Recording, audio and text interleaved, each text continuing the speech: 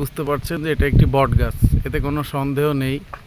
কিন্তু দেখেন বট গাছের এখানে শিকড়ে, ও বট গাছের এখানে সব দেখেন শিকড়ে, এই যে দেখেন সবাই তাদের মনের বাসনা, মনের যত চাওয়া না চাওয়া সব কিছু এই গাছে এই যে লাল সুতো দিয়ে বেঁধে রেখে গিয়েছে।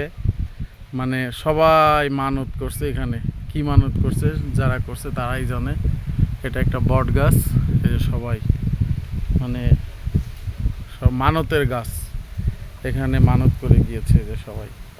এই যে ইট দিয়ে সব এই যে সুতা আর সুতা মানত করছে সবাই।